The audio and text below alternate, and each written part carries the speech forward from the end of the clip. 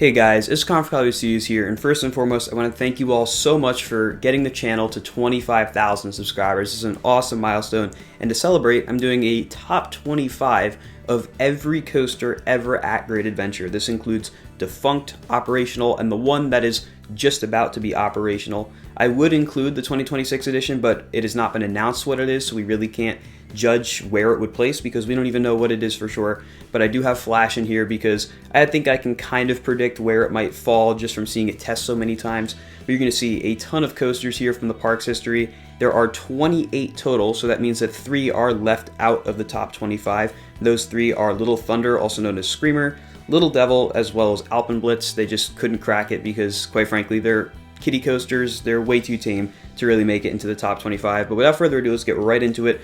Number 25, we have Harley Quinn Crazy Train. This is Zero Tivoli coaster. It's been there since 1999, very well-known ride. And it's a great family coaster. It doesn't really go too crazy, but it's a nice ride to kind of ease yourself into it, and really is a good, nice warm-up ride as well. Number 24, we have Jumbo Jet, which never actually wound up opening, so it's kind of hard to really even rank it here since it was at the park but never opened, but it looked like a fun ride, I'll give it that. At number 23, we have Big Fury, which was an actual opening year coaster, but it opened late in the year, so a lot of people don't really see it as opening with the park, but it was only there for a short amount of time. It looked like a fun family coaster. We've seen a lot of these models around, but they have kind of gone by the wayside over the years, just like number 22, which is Wild Rider, which actually replaced Big Fury when the lease was up for it. This is another very popular cloned coaster model. It's a Schwarzkopf Wildcat, which you can still find a couple of these here and there, but the vast majority of them have gone by the wayside over the years. At number 21, we have Viper, which used to actually occupy the spot where El Toro currently is. This is a ride that on paper looks like it's probably a really good ride, but apparently it did not ride very well at all. It was extremely rough and not very fun, plus it was a very short ride since it was just a prototype. So definitely not one of the more favorable coasters in park history. Moving on to number 20, we have Skull Mountain, the very beloved indoor family coaster. This ride's a classic. Even if its theming isn't what it used to be anymore, it still is a really fun layout that's great for younger kids starting to get into coasters. At number 19, we have Dark Knight, the indoor wild mouse coaster that happens to be themed after one of my favorite movies of all time. This is a really good ride. The theming still actually holds up after all these years quite well. It's got a nice pre-show, and it is just a wild mouse layout, but the theming really does add to it, and it is a fairly smooth ride as well. Moving on to number 18, we have Shockwave, which was the park's original stand-up coaster. This ride really didn't have anything special about it. It was there for a very short amount of time, only 2 years. It looked nice, that's about all that it's really notable for, but had one inversion, some turns, some little airtime hills, nothing too crazy, but it still looked like a fairly fun ride. Moving on to number 17, we have Sarajevo Bobsled, which was the bobsled coaster that operated on the boardwalk for a few years. It wasn't there for very long, but it definitely was a very popular ride. It struggled with capacity because Great Adventure was so popular, and this ride really didn't have such great throughput, but everyone that did ride it really enjoyed it, and I have ridden similar coasters to it, well, only one similar coaster that's no longer in existence, and it is a very fun ride model. Next up at number 16, my arch nemesis, Superman Ultimate Flight. For those of you who don't watch the channel that much, I really don't like this ride. I have ridden other flying coasters and they are just so much better compared to this one. I feel like the layout is very dull. It doesn't even have the terrain interaction that Six Flags Over Georgia's version of this ride does. You have the awesome pretzel loop, and then the ride pretty much dies until that final inline twist, and then the ride's over. So I'm not really a huge fan of Superman. This might be unpopular, but that's just the way I feel about it. Moving on to number 15, we have Joker, the S&S Free Spin coaster. And this ride's very polarizing because sometimes you'll have an absolutely insane ride on it that's super intense, and other times it'll do absolutely nothing and feel like a glorified rocking chair. It really does depend what kind of ride you get on it. Typically, I get those really good rides, and that's why I tend to have it a little higher than most people, but again, it completely depends on the ride you get. At number 14, we have Ultra Twister, a very rare coaster. It was the only one of its kind to ever operate in North America. All the other ones were overseas in Asia and Japan, but this looked like a really interesting ride. Not very long, not very tall, not very fast, but very unique because you sat inside the track. From what I understand, it wasn't very great at the park for capacity reasons, plus it had some reliability issues, but it wasn't for that. I think it would definitely be a very, very popular ride if it existed still, and it looks like the ones in Japan are still pretty well beloved as well.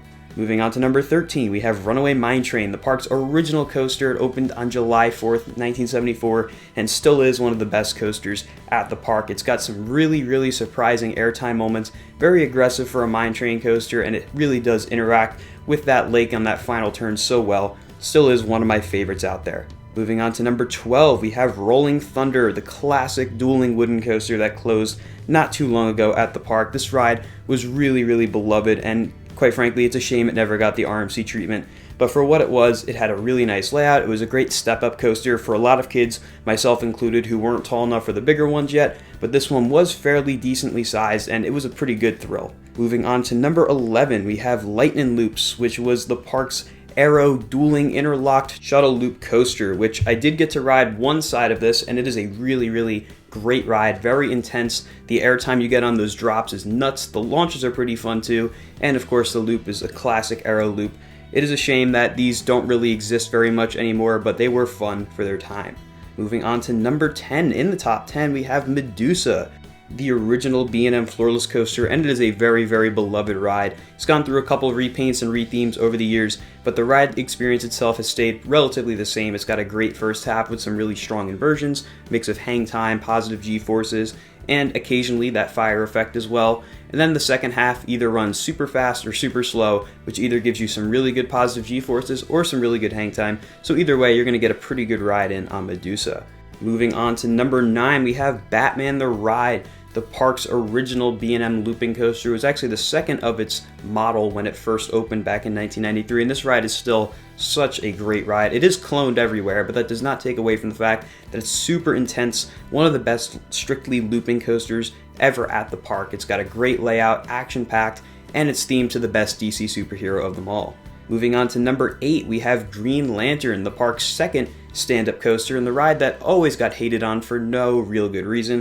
It has one of the best layouts of a B&M looping coaster out there. It was just a powerhouse that had a mix of positive G-forces, airtime moments that you wouldn't expect, and unfortunately it did wind up meeting its demise in 2024, but it was a really great ride if you were an enjoyer of it, or if you weren't an enjoyer of it, you probably hated it and was so happy to see it go. Moving on to number 7, we have the coaster that Green Lantern replaced, being Great American Scream Machine. This ride was super iconic because it was kind of regarded as saving the park back in the late 80s when they were in a bit of a down point. And this ride, along with the other Aero Mega Loopers, definitely have an interesting reputation. They were not the smoothest rides out there, but they were super intense, action-packed with a ton of really intense inversions, and just had this massive presence in the parks that they were at for the way that they kind of stood up above everything, and Scream Machine was no different, looming over the boardwalk for its time at Great Adventure. Moving on to number 6, we have the one coaster that has not opened yet, Flash Vertical Velocity. Now I'm putting this here because I'm kind of gauging just from looking at the testing how I think it'll probably ride, and I think this is a pretty fair placement for it. It looks like a really fun ride. It pays homage to another coaster you're going to see a little higher up on this list very well for its placement and theme. It looks like it's going to be really enjoyable with some nice hang time, a couple little airtime moments, and it won't be too intense so that younger kids can also enjoy it to a certain degree as well. Breaking into the top 5, at number 5 we have Nitro. This is probably the most popular coaster overall with the general public at Great Adventure. It is just such an iconic classic ride that isn't too overly intense but still has some really good forces for those of you looking for that. It's got great floater airtime. That helix is always just a killer element that makes you gray out, and then you got the airtime finale that usually is really good. Nitro probably will never go away. It's just such an iconic staple of Great Adventure, and that is why it kicks off the top 5. And moving on to number 4, we have Nitro's neighbor, Jersey Devil. This ride is a little bit polarizing. You either think it's really good or you think it's just okay. I kind of see it in the middle of that camp, where on some days it'll be absolutely phenomenal, and other days it runs like a family coaster. So kind of taking the average of that, that's kind of where I place it here. It has a really strong first half with absolutely amazing elements like that first drop and all the different airtime moments and inversions that lead up to the mid-course brake run. And then the second half of the ride kind of dies off. If it's running quick, you'll get some nice little pops of airtime on those final hills, but sometimes you pretty much won't get any airtime on those hills. It depends on the day, so that's why I can't really put it any higher.